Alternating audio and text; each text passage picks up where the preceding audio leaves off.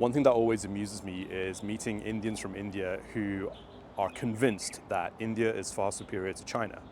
And they like to talk about how India is better than China, India is more powerful than China, India is going to become wealthier than China because China is about to collapse because of its debt trap, because of the trade war with America, because it's not a democracy, as if a country not being a democracy means it must collapse at some point just by nature. Obviously, this is ridiculous, but it's astonishing how many Indians hold this view. And I say this with concern because I'm Indian myself. I lived in India as a kid for 5 years. I'm quite familiar with India. I love going to India, but I've been to China many times as well. I've been to Chinese cities, and I can tell you the tier 4 Chinese city, right? Like not even a major Chinese city, is way ahead in quality of life terms compared to the number 1 Indian city, whatever that city might be. And you don't have to take my word for this. I mean, just for example, look at the air pollution rankings, right? India has something like 23 out of the top 25 most polluted cities in the world. People focus on Delhi all the time, but that's just because its numbers the highest. But a lot of other cities have terrible, terrible air pollution. And these problems have been getting worse over the years. So it's not like, oh, it's polluted, but it's getting better. No, it's actually getting worse over the years.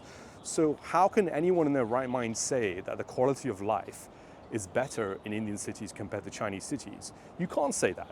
And that's just air pollution, by the way. I could talk about water shortages. I could talk about just the general litter and the filth that you see on the streets in every Indian city. The plastic, the canals that are just clogged, the untreated sewage. I mean, you can find these videos and images all over the web, right? And if the quality of life isn't any better than China, then surely that should make you question other things, right? Like the economic power, the military power, the innovation level. And what I feel is that a lot of Indians either aren't aware of this because they haven't been exposed to the information, or they don't want to be aware of it. They don't want to admit that India is behind China. Part of the reason, of course, is that at one point, these two countries were at the same position. They both had the same or very similar GDP per capita. And since then, China's just sort of taken off. And it's now, in my opinion, a world power, vying to be a superpower. And in China's most developed cities, you have an extremely high quality of life. It's very safe, there's very low crime, and there's fantastic economic development with a good growth rate, and people are optimistic about the future. I want the same for India. I mean, in India, people are optimistic, things are getting better, but I think there's a long way to go before it becomes comparable to China. And in my opinion, it's going to take decades. It's going to take decades for India to get there. And I think the main reason for that is to do with attitude. You know, India has enough people. It's got resources, right? It's got talent.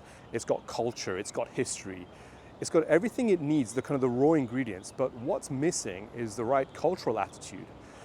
People have to want to improve things en masse. People have to want to make things better. People have to be honest with themselves and have high standards for how they want their life to be.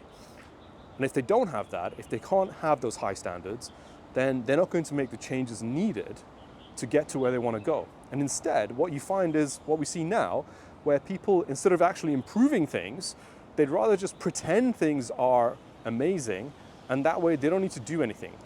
And this is something you find with India a lot, which is this sort of showboating. This sort of showboating you find with ministers and parliamentarians, where they want to suggest that everything is okay. Everything is not just okay, everything is great, everything is fantastic. That comes from an attitude of not really wanting to face the reality and tackle the reality. And people can tell me all they want about, oh, well, it's politics, it's indecision, it's different groups vying for power, whatever. But at the end of the day, what it is that the problem simply isn't big enough of a problem in people's minds to tackle. And this is what I see all across the country. There are a lot of good things happening. I mean, Modi has put in sort of national infrastructure plan. We've got Make in India. We've got the Swachh Bharat. All these good intentioned plans are there. But the overall attitude of people is that there just isn't much of a problem, and so it doesn't get fixed. Now, which comes first? Does the attitude need to change in order for the kind of society to change, and then you can kind of have a good society? Or do you need to put the laws in place, force people to change their behavior, and then over 1 or 2 generations, the attitude changes? I think it's more of the latter. But the problem in India is, and it is a democracy, so you can't just force people. Everything has to be arrived at through consensus. Now, I like the fact that it's a democracy. I like the fact that people have a voice. But at the end of the day, we need to get stuff done, right? We need to get things done. And what I think will happen is that India will improve, India will grow, it will become wealthier, but it's going to take a really long time compared to China. A really long time, several decades. And the problem is that during that time, a lot of these other problems like environmental concerns are going to become bigger and bigger. So India might not be able to get rich and get powerful before it's having to actually solve these problems. And I think in the end, it might not be able to achieve it just because these problems are going to get so big.